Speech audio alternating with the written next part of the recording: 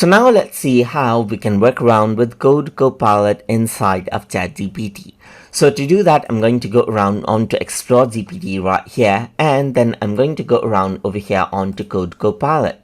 So I can go around and click on Start Chat. So I can go around and let it create programming codes for me. So let's say, for example, I can say create a C#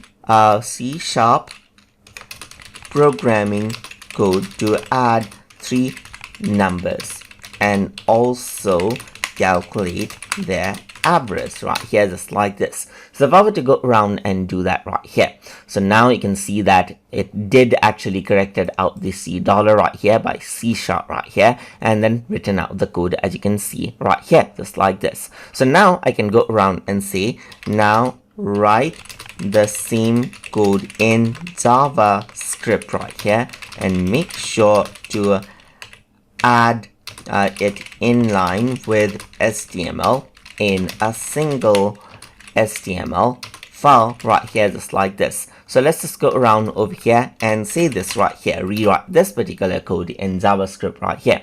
So now it says let's create an HTML file that includes the JavaScript code right here, just like this. And over here you can see that it created out this particular HTML code right here and JavaScript right here, just like this. So now you can go around and go ahead, copy out the code right here, and then I'm just going to go around onto Notepad and paste this out, and then I'm going to go around and save this out over here on my desktop.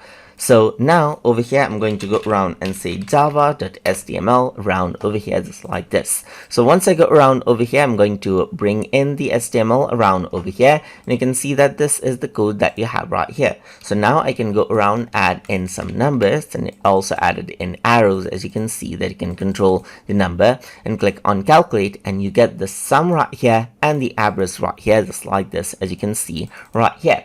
So that is how you can go around and utilize Code Copilot to actually go around and then code out contents as you like, using different programming codes.